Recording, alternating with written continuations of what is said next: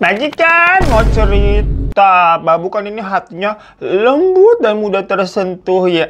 Tapi udah lama banget gitu kayaknya nggak sedih dan terbawa suasana pas nonton film. Apa karena kebanyakan dengerin cerita hantu kriminal sama perselingkuhan ya, jadi kayak baal nih hati kita rasanya. Tapi Babu tuh abis nonton film sampai titik terakhirmu dan terenyuh banget masa majikan. Apalagi pas tahu itu kan memang diangkat dari kisah nyata pasangan Albi dan Sheila. Dimana Albi ini dengan tulus dan setia selalu berada di sisinya Sheila menghadapi penyakit kronis itu si Sheila sampai akhirnya maut memisahkan. Ternyata di tengah berita-berita perselingkuhan mulu ya dari kemarin gitu sampai kita gumoh, ada secercah harapan dari kisah cinta yang benar-benar aduh. Kalian kata gue mah harus nonton deh itu filmnya mumpung masih tayang tuh di bioskop. Ada juga ternyata cowok green flag nih kayak Albi selain Hirotada. Tapi Sheila-nya ini juga bener-bener apa ya, cewek baik banget gitu, bukannya mentang-mentang sakit terus jadi menye-menye begitu, enggak. Dan ternyata ya cerita-cerita dari pasangan-pasangan yang bener-bener apa setia gitu sampai titik terakhir itu memang ada gengs, yang semuanya nih pas Babu baca-baca ceritanya sampai nangis masa majikan. Kalau kita mendengar sebuah kisah percintaan yang endingnya miris tapi cintanya itu begitu besar satu sama lain, itu kan apa ya, manis, heartwarming tapi tragis. Nah makanya Babu ini jadi pengen menceritakan beberapa kisah cinta yang tulus sampai titik terakhir karena ya harus dipisahkan sama maut, bagaimana lagi. Macam kayak di film-film, tapi ini beneran kejadian di dunia nyata. Jadi siap-siap baper ya majikan mendengar video hari ini.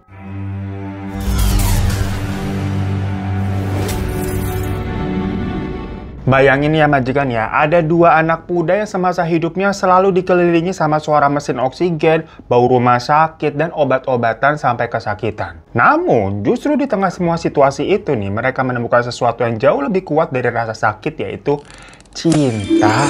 Dimana ini adalah kisah cinta yang benar-benar menyentuh sekaligus menyedihkan dari Katie Donovan dan Dalton Prager sampai titik terakhir mereka berdua nih. Kalau kalian tahu film The Fault in Our Stars, nah ini nih kisah yang beneran terjadi di dunia nyata. Tapi ini bukan kisah yang terus dijadikan film, enggak gengs. Jadi memang filmnya dulu tuh The Fault in Our Stars, tapi kok setelahnya tahu-tahu ada sebuah kejadian atau kisah yang dialami sama dua pasangan ini yang mirip banget dengan cerita film tersebut gitu loh. Makanya orang-orang sampai menyebut kalau kisah dari Katie dan Dalton ini tuh adalah versi film di dunia nyata, paham ya?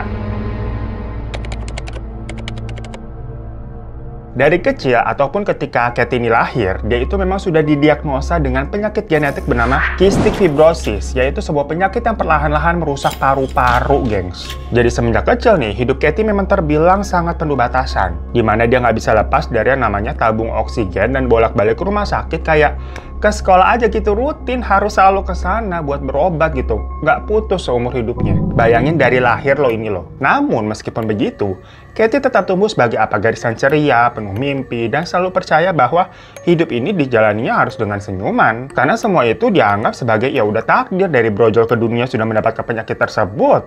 Jadi buat apa murung dan sedih tiap hari juga tidak akan mengubah keadaan. Bisa dibilang, seiring berjalannya waktu dan bertambah dewasa, Katie ini embrace memeluk, menerima keadaannya. Sementara di tempat lain nih, Dalton itu hidup dengan kondisi yang sama pula. Yang konteksnya di sini mereka belum saling kenal ya. Jadi udahlah hidup masing-masing dengan kondisi penyakit itu. Namun kalau si Dalton ini bisa dibilang sedikit lebih parah daripada Katie. Dimana dia itu membawa bakteri mematikan yang disebut Burkholderia cepacia. Dimana bakteri itu tuh dapat menular, gengs. Gampangnya macam kayak orang kena TBC itu kan bisa nular. Dan di sini kita ngomongin tentang pasien penyakit cystic fibrosis tadi atau kita singkat CF ya. Yang mana paru-parunya ini lemah. Kalau sampai tertular bakteri itu tentunya bisa makin memperparah. Namun seperti halnya Katie, Dalton ini 11-12, walaupun dia tahu hidupnya sulit, dia masih punya semangat untuk berjuang, tersenyum, dan terlihat kuat. Udah nih pokoknya waktu berjalan dengan rutinitasnya masing-masing hingga Katie berusia 18 tahun. Dimana waktu itu dia lagi iseng nih baca-baca dan join grup Facebook yang isinya memang penderita penyakit CF tadi. Pengen nyari tahu lah kehidupan orang-orang seperti dia ini tuh gimana sih? Nyari teman seperjuangan bisa dibilang. Dia lihat dia tuh ada sebuah foto cowok yang nama profilnya Dalton Prager. Twitter. Katie baca tuh kisah hidupnya si Dalton, bagaimana perjuangannya selama ini, macam kayak apa ya, blog gitu loh, masing-masing orang kan suka pada curhat di grup tersebut. Dan Katie tersentuh membacanya. Akhirnya dia ngirim message lah ke Dalton. Dari situlah mereka berkenalan. Dan jadi intens karena gimana pun satu sama lain ini kan merasa ngerti banget ya keluh kesah atau struggle-nya menjalani kehidupan karena sama-sama mengidap CF. Yang seperti halnya teman curhat, mereka ini suka bertukar cerita, sharing tentang obat, tentang rasa sakit yang dialami, tentang keluhan mereka, ketakutan, pokoknya semua hal yang bisa membuat mereka ini tetap semangat dan waras untuk bertahan hidup. Tapi di sini ada satu masalah besar, di mana Katie juga sangat paham kalau Dalton membawa bakteri berbahaya tadi yang kita udah ceritain. Dan pastinya dokter ini udah melarang keras. Katie yang sebagai pasien CF bertemu langsung dengan pasien lain yang membawa bakteri tersebut karena bisa memperparah kondisinya Katie. Bener-bener kayak macam cerita-cerita film Romeo Juliet tapi bukan dipisahkan oleh agama atau oleh kasta sosial, namun bakteri penyakit, gengs. Dan sesuai lagunya Agnes Monica, cinta ini kadang-kadang tak ada logika. Katie yang tahu resikonya tuh tidak bisa membohongi hati kalau dia pengen banget ketemu sama si Dalton nih secara langsung tatap muka, gak hanya lewat chatatan atau teleponan aja. Dia ingin merasakan hidup yang sesungguhnya, berinteraksi gitu kan, secara langsung tatap-tatapan. Karena selama chatatan ataupun teleponan, Katie ini benar-benar merasa ada ketertarikan yang kuat dengan si Dalton. Maka dari itu dia pun nekat memutuskan untuk tetap menemui Dalton. Dan bener aja, saat mereka akhirnya bertemu, semuanya terasa jauh lebih menyenangkan. Mereka ketawa dan kayak udah kenal lama banget. Seperti memang sepasang manusia yang ditakdirkan untuk bersama. Dan dari situ pun mereka jatuh cinta. 2 tahun setelahnya, tepatnya di tanggal 29 Juli 2011, ketika keduanya ini sudah berusia 20 tahun ya, mereka memutuskan untuk menikah, gengs. Banyak yang beranggapan mereka ini terlalu cepat untuk memutuskan menikah karena ya umur 20 tahun di sana ya, ini kan orang bule jatuhnya, itu dianggap ya belum settle untuk sebuah pernikahan, belum terlalu dewasa banget untuk sebuah komitmen. Tapi bagi Katie dan Dalton, hidup mereka ini memang dari awal sudah berbeda dengan orang kebanyakan ya. Dari mereka lahir berdua kan udah mengidap penyakit tersebut. Dengan nafas yang semakin berat setiap harinya, tentunya bagi mereka berdua nih, waktu itu adalah salah satu sesuatu yang nggak bisa dibuang begitu aja. Waktu sangat berharga, jadi mau nunggu sampai kapan? Karena bisa salah satunya tahu-tahu meninggal duluan. Dan lagi-lagi seperti adegan di film-film, dalam foto pernikahan mereka nih terlihat sepasang pria dan wanita yang saling bergandengan tangan, namun tetap ada infus di tangan mereka masing-masing dan tabung oksigen di acara pernikahan itu. Meskipun begitu, wajah bahagia dan senyum yang lepas dari mereka berdua terlihat sangat indah. Banyak yang berkomentar kalau itu memang bukanlah pernikahan yang mewah, tapi itu adalah pernikahan yang penuh keberanian dari dua orang yang sedang berjuang untuk hidup.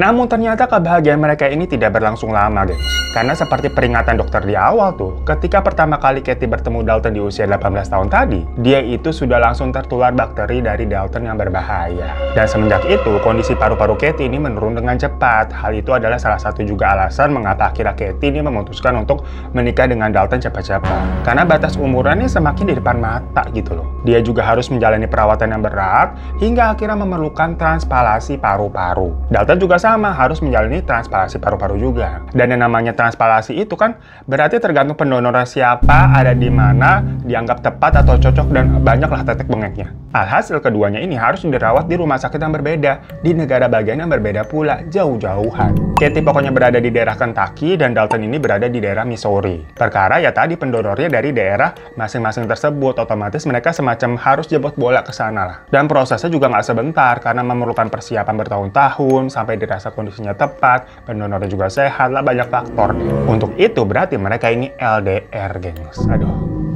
Cobanya kayak nggak habis-habis ya. Di tengah keadaan antara hidup dan mati ini mereka tetap nggak bisa bersama. Jadinya agar saling menguatkan satu sama lain, mereka ya selalu rutin teleponan ataupun video call dengan suara nafas yang tersengal-sengal. Karena kan yang namanya paru-parunya bermasalah ya. Ya merinding kita. Mereka juga sering kirim-kiriman foto telapak tangan tuh biar seolah-olah mereka ini saling menggenggam satu sama lain. Abisnya ya jarak mereka terpisah ratusan kilometer. Mereka sebenarnya sih masih bersama, tapi nggak pernah bener-bener bisa bersama gitu, ngerti nggak sih? Macam kayak balik lagi ke awal perkenalan yang dari Facebook itu, tapi kali ini keadaan Katie maupun Dalton sama-sama tidak berdaya karena nggak ada yang bisa nyamperin satu sama lain.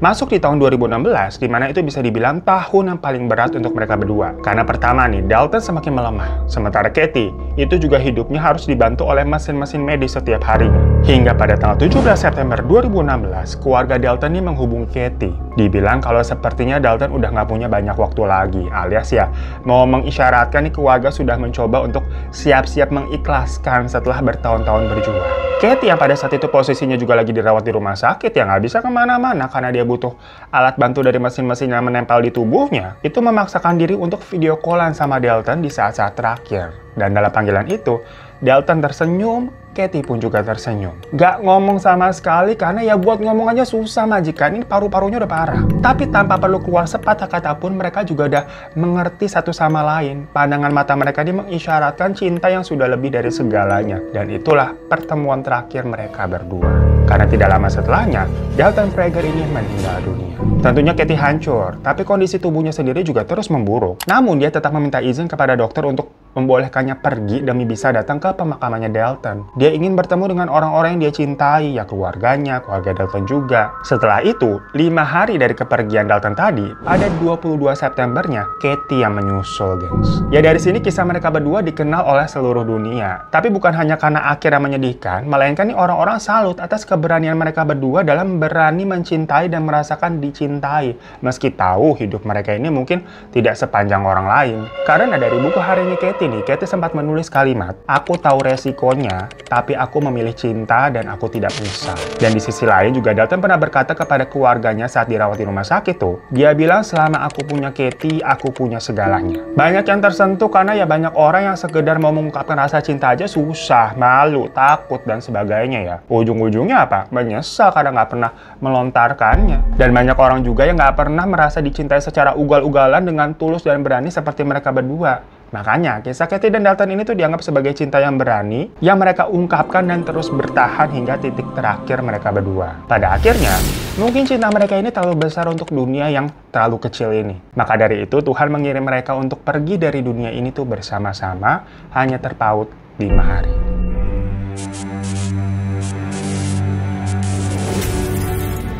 Kisah selanjutnya tentang Roden dan Laziel, gengs. Pasangan muda dari Filipina yang ceritanya ini pernah viral di seluruh dunia. Bukan karena drama perselingkuhan atau drama-drama pasangan gak jelas, tapi karena ini ada sebuah cinta yang bertahan sampai ke titik terakhir kehidupan juga. Jadi, Roden dan Laziel ini tuh bukan tipe-tipe pasangan yang suka heboh-heboh di sosial media ya, memamerkan ini itu. Mereka quiet aja, hidup sederhana, bahagia dengan kehidupan kecil yang mereka bangun bareng-bareng. Mereka ini udah pacarannya cukup lama, saling mendukung satu sama lain, saling toleransi, dan punya seorang anak perempuan yang lucu banget bernama Zakia Rosal. Ya disclaimer, karena ini di Filipina, jadi punya anak sebelum menikah itu bukan sesuatu yang bisa menghebohkan banget ya. Bisa dibilang apa ya, agak kebarat-baratan lah memang karena budaya sana begitu juga. Jadi pandangan orang pun berbeda dengan yang di sini gitu, alias nggak dianggap yang gimana-gimana. Dan setelah Zakia anak mereka tadi berumur 2 tahun, Roden dan Laziel ini tuh memutuskan untuk menikah. Tanggalnya pun sudah ditetapkan pada tanggal 8 Juli 2014 yang bertepatan dengan hari ulang tahunnya Roden sendiri. Jadi kebayang tuh, pernikahannya ini akan menjadi hari yang spesial banget. Ada ulang tahun, pernikahan juga, dan awal dari kehidupan mereka bertiga ini menjadi satu. Semua terlihat normal, tapi balik lagi, manusia boleh berencana, Tuhan yang berkehendak, gengs. Karena satu hari, hidup mereka tiba-tiba berubah total.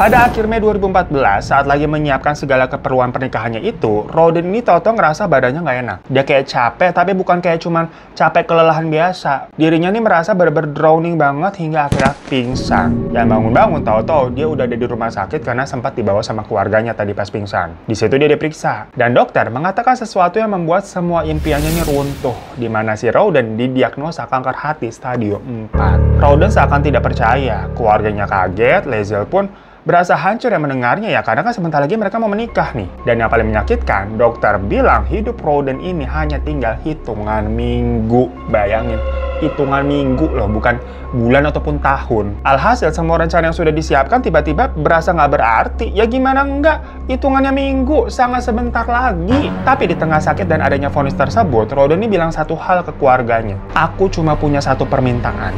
Aku ingin menikah dengan Laziel. Karena itu juga adalah impiannya Lae'zel sendiri yang mendambakan sebuah pernikahan. Ya namanya perempuannya, apalagi sudah punya anak dari hubungannya itu, pasti ingin dinikahi oleh laki-laki yang ia cintai. Jadi prioritas dari semua list impiannya Rowden itu adalah menikahi Lae'zel agar tidak mengecewakan impiannya si Lae'zel gitu loh, ngerti kan? Jadi impiannya si Rowden itu adalah impiannya Lae'zel juga. Maka dari itu semua orang sepakat kalau hal tersebut harus segera terwujud.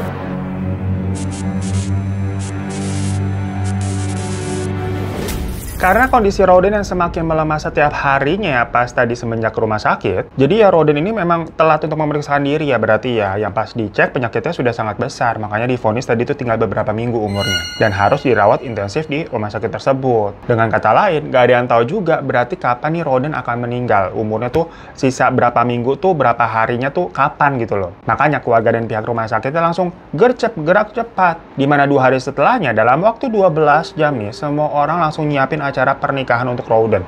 Mulai dari gaun pengantin buat si Lae'zel, cincin pernikahan, dekorasi sederhana di ruang rumah sakit, pastor dipanggil ke rumah sakit, dan kamera yang untuk merekam momen berharga. Di sini memang dokter juga udah nggak bisa berbuat apa-apa, karena ini kankernya sudah menyebar ya, jadi tidak ada tindakan yang bisa dilakukan selain pasrah. Makanya di saat-saat terakhirnya, Rowden ini lebih disarankan untuk berkumpul dengan orang-orang terkasih dan menyelesaikan keinginan-keinginan di dunia ini yang memang belum terlaksana. Dan Rowden tadi itu memilih untuk menikah. Jadi ya udah, sah-sah membuat pernikahan itu bisa terjadi sebelum semuanya terlambat. Venue-nya di mana? Ya di dalam ruang perawatan rumah sakit. Karena Rowden sendiri posisinya juga udah nggak kuat untuk sekedar bangun dari ranjang, gengs. Bener-bener udah drop banget. Yang hari itu, setelah udah siap nih, Lae'zel pun datang dengan gaun putih sederhana. Wajahnya dirias cantik, tapi matanya berkaca-kaca tuh, menahan tangisan antara bahagia bercampur sedih dengan semua keadaan ini. Putri kecil mereka, Zakia, menjadi flower girl atau yang nabur-naburin bunga tuh. Ya anak kecil umur segitu pastinya nggak ngerti sepenuhnya ya dengan apa yang sedang terjadi. Pokoknya yang dia tahu, ayah sama ibunya nih terlihat menangis bahagia. Ketika Lae'zel masuk ke dalam ruangan, Rowden tersenyum. Matanya berbinar dengan kondisi tubuh yang penuh dengan alat medis dan jarum infus. Upacara pun dimulai. Gak ada musik mewah, gak ada dekorasi yang megah, ataupun tamu undangan yang ramai. Cuma ada keluarga, doa, dan cinta yang nyata. Pastor bertanya, "Rowden, did you take Lae'zel to be your wife?" Dan dengan suara yang udah hampir hilang saking lemesnya ya, Rowden menjawab, "Yes, I do." Dan Lae'zel di situ menangis bahagia sambil memegang tangan Rowden yang terasa sudah sangat dingin. Semua orang juga pastinya menangis, termasuk perawat-perawat yang bahkan jatuhnya baru kenal sama mereka berdua ya, tapi langsung terenyuh dengan situasi tersebut.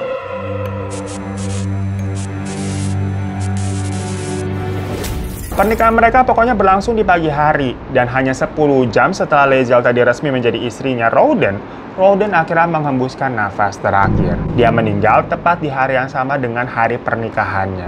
Bayangin kalau nggak gercep nih pastinya list impian dari keduanya nggak akan bisa terwujud, gengs. Yang di hari mereka menikah, di hari itu juga Rowden meninggal. Tapi ya dia pergi dengan statusnya sebagai seorang suami, sebagai seorang ayah, dan sebagai seorang pria yang sudah menuntaskan impian dari wanita yang dia cintai. Makanya nggak heran kenapa kisah Rowden dan Lae'zel ini tuh menjadi viral sampai ke seluruh dunia. Video pernikahan mereka pun juga direkam tuh pakai handphone seadanya, tapi ditonton oleh jutaan orang. Semua orang terharu melihat kekuatan cinta mereka sekalipun maut nih ada di depan mata. Dan sampai hari ini, Lae'zel tetap menjalani hidupnya sebagai ibu dari Zakia dan masih membawa kenangan dari pria yang mencintainya sampai titik terakhir.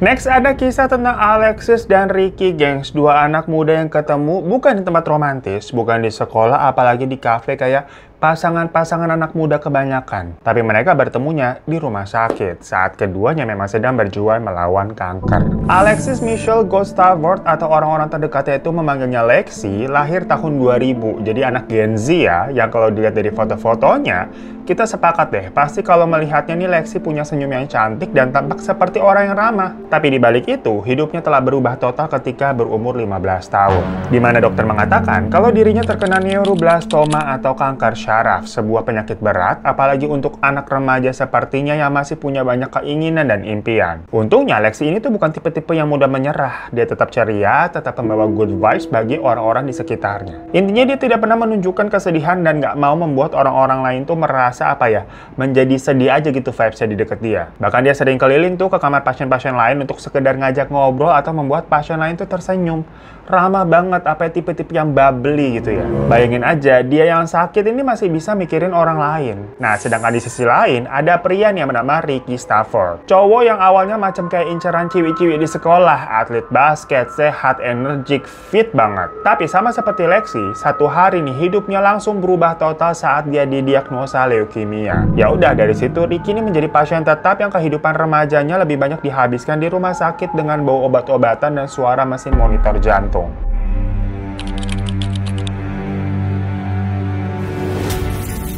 Pertemuan awal mereka ini terjadi secara tidak sengaja di Primary Children's Hospital karena mereka sama-sama sedang berobat di sana. Tapi tidak ada takdir yang kebetulan, bukan? Di mana dua remaja ini sedang duduk tuh sambil diinfus dengan penyakitnya masing-masing. Ya, sifat si Lexi yang bubbly tadi tuh seperti biasa. Pastinya dia langsung menegur sapa, ngajak ngobrol, membahas mengenai penyakitnya, karena gimana pun juga kan mereka ini sebenarnya mempunyai penyakit yang berbeda ya. Jadi cerita deh tuh rasa mual dan efek samping dari masing-masing yang mereka rasakan. Terus beralih tahu-tahu ngomongin film dan banyak hal lah. Kalian tahu nggak istilah dari trauma blood? Yaitu sebuah perasaan ketika dua orang nih yang mengalami luka atau masalah yang sama, di mana hal itu tuh membuat mereka merasa jadi lebih dekat. Intinya kayak merasa senasib lah. Nah, itulah yang mereka rasakan. Bukan sebuah perasaan cinta yang manis macam orang kayak jatuh cinta yang katanya ada kupu-kupu terbang di dalam perut begitu.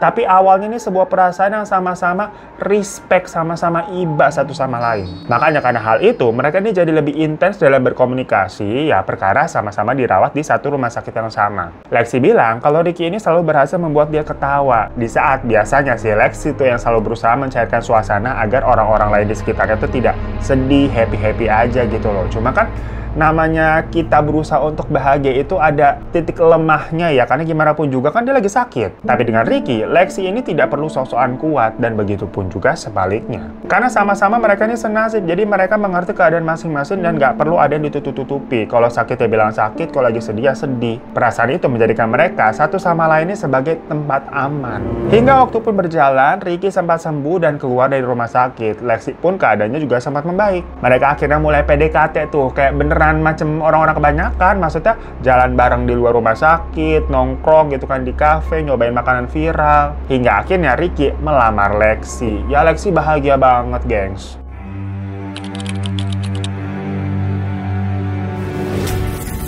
Tanggal 15 September 2018, mereka ini resmi menikah. Sama seperti cerita sebelumnya, yang terlihat bukanlah pesta yang megah, bukan pernikahan yang entar punya mimpi kita bisa sampai 50 tahun lagi bersama, begitu. Enggak, gengs. Dimana itu adalah pernikahan antara dua orang yang cuma ingin menikmati hari ini aja gitu loh. Karena mereka tahu mereka nih nggak punya banyak waktu. Mungkin aja nggak ada esok, jadi ngapain mikirin hari esok, mikirin aja udah sekarang bagaimana. Di hati kecil mereka tahu nih kalau hidup mereka ini nggak akan sepanjang pasangan lain, tapi mereka ingin menghabiskan waktu bersama hingga titik akhir. Dan bener aja, setelah menikah, kondisi Lexi makin turun. Keadaan dia terlihat kuat, ceria, dan menjadi cahaya bagi orang-orang di sekitarnya, tetap bubbly. Tapi yang namanya kanker itu kan nggak peduli seberapa baik orang tersebut ya. Karena di tengah lagi ketawa-ketawa bisa aja Lexi tahu-tahu drop sampai pingsan. Hingga di tahun 2022, kanker Lexi ini tuh semakin agresif, geng. Tubuhnya semakin lemah, perawatan demi perawatan sudah dicoba, tapi ya akhirnya Tuhan memanggilnya di tanggal 20 Mei 2022, di mana Lexi meninggal dunia di usianya 21 tahun. Di mana seharusnya itu adalah usia produktif seseorang yang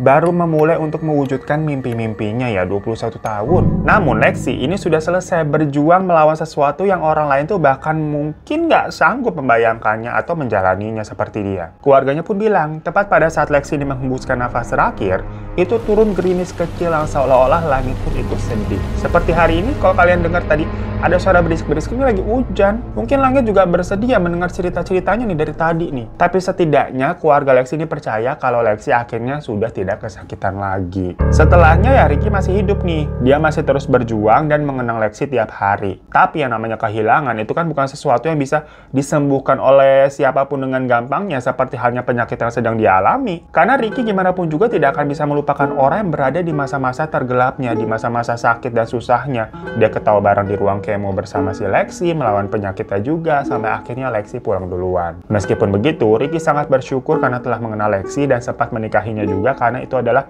momen paling bahagia semasa hidupnya. Ya terkadang memang cinta yang paling dalam itu bukanlah cinta yang paling panjang. Dan terkadang juga orang yang cuma bersama kita sebentar itu bisa memberikan pengaruh yang lebih besar daripada orang lain yang mungkin tidak cukup sabar menghadapinya. Ya semoga makanya dari kisah ini kita bisa lebih menghargai dan mengungkapkan rasa terima kasih kepada orang-orang yang memang kita sayang ya, yang terus bertahan sampai titik terakhir dengan segala kebaikan dan keburukan yang kita punya. Karena kita nggak pernah tahu siapa yang akan pergi duluan dan kapan hal itu bisa terjadi. Ya majikan, semua perasaan Melo ini tuh gara-gara Babu nonton film sampai titik terakhirmu itu. Abis itu kan film lagi viral ya kemarin di TikTok ya, yang sampai sekarang aja Babu cek penontonnya tuh udah di atas 500.000 dari semenjak ditayangin tanggal 13 November. Udah banyak itu. Jadi ini bukan endorse ya, emang beneran Babu nonton gara-gara kepo kan. Kalau ada film-film viral gitu kan kita penasaran ya. Orang udah banyak penontonnya, ngapain kita endorse juga. Dan abis nonton, ya akhirnya Babu tahu pantasan viral. Itu soalnya ceritanya nggak melulu menye-menye menjual kesedihan cinta-cintaan gitu sampai akhir, enggak. Banyak juga lucunya gengs dari tetangga-tetangga yang pada kepo yang sifatnya macam kayak tetangga-tetangga gibah gitu. Dan ada cerita hangatnya juga tentang cinta dari keluarga nih, tapi ya ujung-ujungnya tetap ambiar ya karena vonis penyakit yang diderita sama sang wanita. Dan ini kan berarti cerita nyata yang memang sempat viral di sosial media. Beneran kisah nyata yang bukan dibuat-buat ya majikan ya. Sama kayak kisah-kisah yang tadi udah kita ceritain. Sebuah kisah yang bisa bikin kita sadar nih kalau cinta itu bukan cuma soal bahagia, tapi juga tentang bertahan sampai titik akhir. Tetap setia nemenin terus gitu loh. Gak kayak berita-berita lagi bertebaran di luar sana banyak perselingkuhan segala macem lah. Ini tuh kayak menjadi apa ya, nafas segar untuk kita semua. Kalau cinta sejati, cinta nyata itu tuh beneran ada. Almarhumah Shelly itu tuh diceritakan sebagai cewek muda yang ceria, aktif, dan dulunya tuh atlet futsal loh. Bayangin berarti ini seenergik apa. Dari foto-fotonya juga bisa terlihat tuh senyumannya khas banget ya. Yang hampir sama dengan Lexi tadi tuh vibes-nya tuh membuat orang apa ya, jadi bahagia gitu rasanya kalau melihat senyumannya. Tapi hidupnya itu berubah total waktu dia merasakan sakit di perutnya di tahun 2011. Awalnya sih cuma dikira kram biasa lah macam datang bulan. Tapi setelah dicek ternyata ada kista sebesar 9 cm. Ya udah akhirnya dilakukan operasi. Tapi dari situ baru diketahui lagi kalau ternyata ada sel kanker yang ganas di dalam tubuhnya Sheila. Sejak saat itu, hidupnya Sheila tentunya berubah 180 derajat. Dari yang awalnya tadi aktif olahraga, jadi harus kemoterapi rutin tuh ke rumah sakit. Rambutnya yang panjang juga perlahan tuh rontok tuh disertai kondisi badan yang melemah. Tapi di balik penyakitnya itu, Sheila tetap berusaha ceria, tetap update konten-konten tuh untuk bisa menghibur followersnya di TikTok sama Instagram. Nah, di sisi lain nih, ada Albi, seorang laki-laki sederhana yang kalem dan gak neko-neko. Sampai banyak yang beranggapan kalau Albi ini tuh tipe-tipe definisi dari cowok green flag. Gak banyak kata-kata yang diucapkan, gak berisik, tapi tindakan dan kesetiaannya mah luar biasa.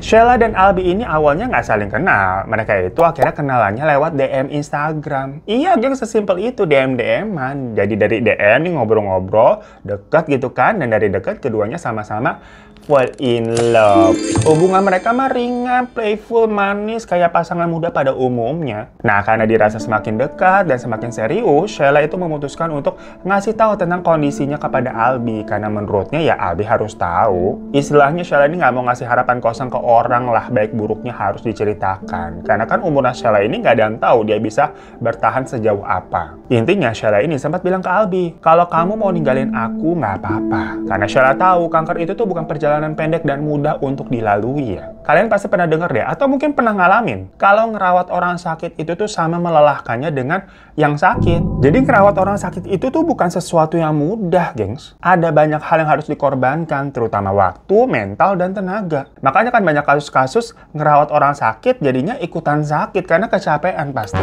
Tapi ternyata jawabannya Aldi ini tegas. Dia bilang kalau aku tetap akan sama kamu, kita jalani bareng-bareng. Kalau nanti kita nggak bisa punya anak, kita adopsi. Yang penting bagiku itu kamu. Dan ucapan Albi itu tuh beneran dibuktiin. Macam janji Juni sama janji Juli, no. Dia temenin Sheila tuh kemoterapi rutin. Dia dukung Sheila saat rambutnya rontok dan botak. Dia gendong Sheila waktu Sheila udah nggak kuat jalan. Pokoknya selalu ada di setiap masa-masa sulitnya Sheila karena penyakitnya tersebut.